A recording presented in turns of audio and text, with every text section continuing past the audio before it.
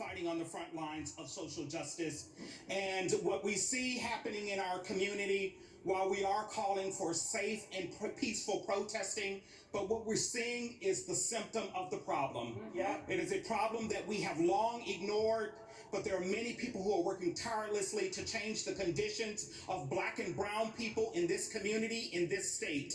And so, once again, we stand in solidarity with this family. We extend our hearts to Stephen Jackson, who's here with us today, traveled all the way from Texas and has brought a wonderful group and showing of support. So at this time, I'd like to welcome Nikemi Levy-Armstrong to the stage. Good afternoon.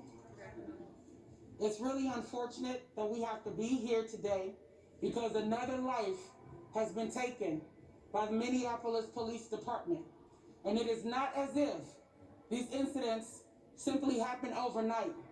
What you see happening in this city, the social unrest, the civil unrest, is the result of decades of police abuse and neglect of the African American community.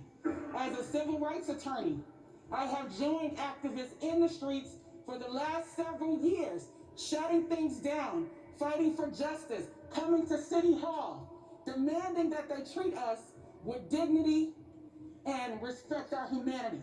That has not been the case.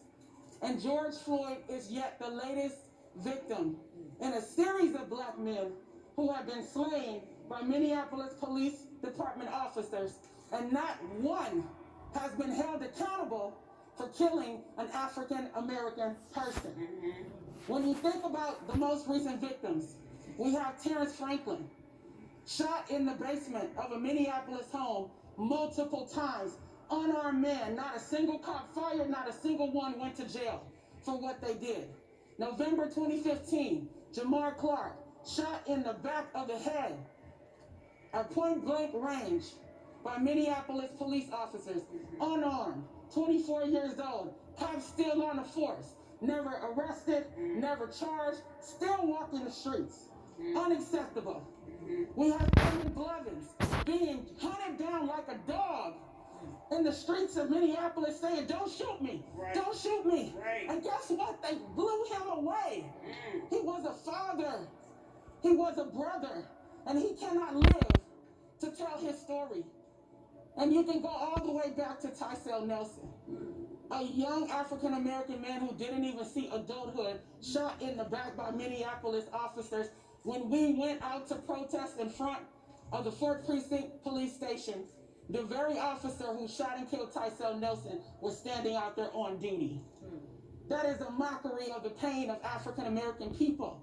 When we are constantly facing gaslighting, emotional abuse, trauma, and being treated as if our pain does not matter. So we tried to peacefully protest, but now we have no control over what is happening in this city. People are fed up, they are angry, and they have every right to be. And we are asking the media to be responsible and respectful of how you cover this story. Because some of these young people are our young people. They're our babies in the street. And they have a right to be angry. We don't condone violence. We don't condone looting. We don't condone rioting. We don't condone burning down buildings. But we do condone and stand for justice. And we hope that today will lead to a paradigm shift in the city of Minneapolis, where they will begin to recognize that Black Lives Matter. So we are here demanding charges immediately. Mike Freeman, the Hennepin County attorney, has been responsible for the violence that we experienced because he has rubber-stamped officers' behavior by not holding them accountable. As a matter of fact, the only officer who has faced charges and convictions for killing a person was a Black Muslim Somali officer, Mohammed Noor, who shot and killed in the dark, probably accidentally, an affluent white woman. And guess what? The man is in prison to this day. He was fired immediately. So, Sorry to interrupt. Not yet. Not yet. excuse me, if you cannot be respectful. He's been taken into custody. Who has been taken into custody? Officer Derek Shaw. Okay, one officer has been taken into custody from what we've been told, but that is not enough. All 4 of them participated in the killing of George Floyd, and we will not be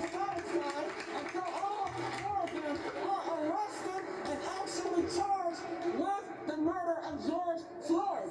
So that is what we are here to do. We are not satisfied with one officer. That's crimes. All of them were complicit in his murder, and they all need to be held accountable, just as if it was 4 black men that killed somebody. They would be under the jail by now. So that's what we're here for today. So next I want to bring up Pastor Brian Herron, who is the pastor of Zion Baptist Church and a former city council